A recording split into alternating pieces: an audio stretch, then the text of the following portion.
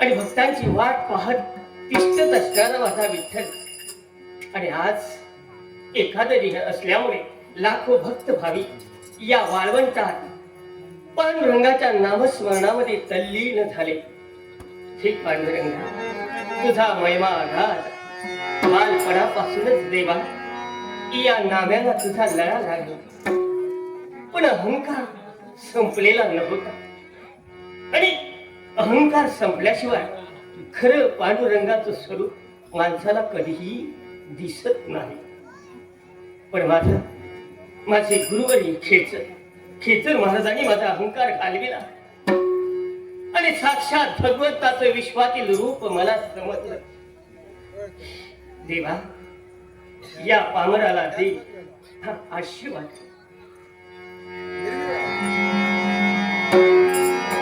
जन्माशी येऊन पहारे पंडित नाचा महाद्वारी. पांडुरंगासमोर एक ना एक दिवस जन्माला आलात आणि जन्माचं सार्थक करण्यासाठी पंढरपूरला जा.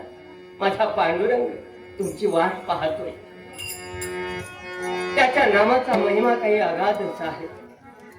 उच्च नीच भेदभाव त्याच्या जवळ नाही. जो श्रद्धेनं भावनेनं त्याची भक्ती करतो, सर्वदित माझा पांडुरंग त्याच्या पाठीमागे असतो. देवा, तुझ्या नामाचा महिमा तर अगाध आहे. कोणतीही उपमा देऊ तुझ्या नामाला. तुझ्या नामामुळे मला सर्वदित आनंद मिळतो. या विश्वातील साऱ्या गोष्टी तुच्छ वाटतात. किती गोड नामस्मरण आहे. जो मनापासून घेतो त्यालाच नाम महिमा कळला. या युगामध्ये नामापेक्षा काही श्रेष्ठ नाही. ते अमृतुल्य नाम तुम्ही सदोदित ठेवा. परमार्थ साधा खरा आनंद यामध्येच आहे. संसार भवसागर आहे. आतापर्यंत कोणीही तरुण गेलेला नाही. जर नामस्मरण तुमच्या समेत असेल तर सहजच तरुण राहा. असा माझं पांडुरंग. तुम्ही सुद्धा त्या अमृताहून गोड असलेला नामाचा लळा नाम घ्या. अमृताहुनी गोड नाम तुझे देवा, नाम तुझे देवा. अमृताहुनी गोड नाम तुझे देवा, नाम तुझे देवा. अमृताहुनी गोड नाम तुझे देवा, नाम तुझे देवा. मन माझे केशवा हे पाठ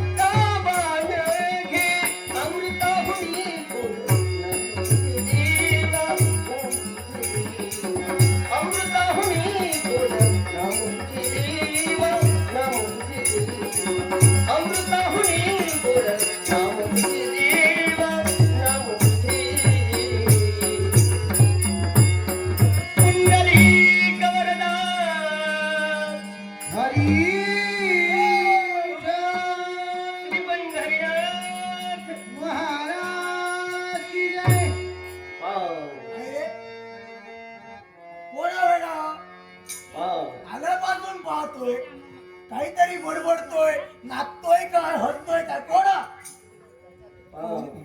अरे हा वेळा तुला दिसत नाही का रे? हा वेळा नाही तर काय शहाणा आहे. खरंय, तू समजणं खरंय. अरे मी खरंच बोलतो, मला माहिती आहे ना. अरे हा वेडाच आहे. वेडा आहे तो मला माहिती आहे, पण कोणता वेडा?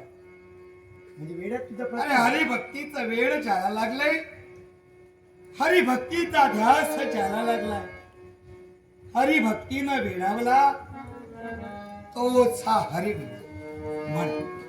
हरिवेडा म्हण.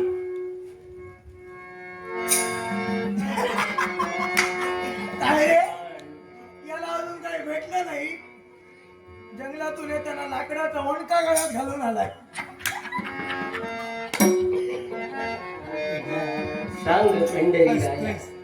काय येतो? म्हणे गळ्यात लाकड्याचा ओंडका घालून हा इथं आला. हसणार नाही तर काय, याला रडणार बघून रे. अरे हा लाकड्याचा ओंडका नव्हे, याला बरोबरच दिसत नाही बहुतेक. अरे याला ब्रह्मवीणा म्हणतात. माणसाच्या जन्म जन्मांतरीच्या व्यथा, अरे जिच्या नादानं नादमुक्त बनून जातात. अरे खऱ्या अर्थानं माणसाची नाद परमेश्वराशी जोडली जाते.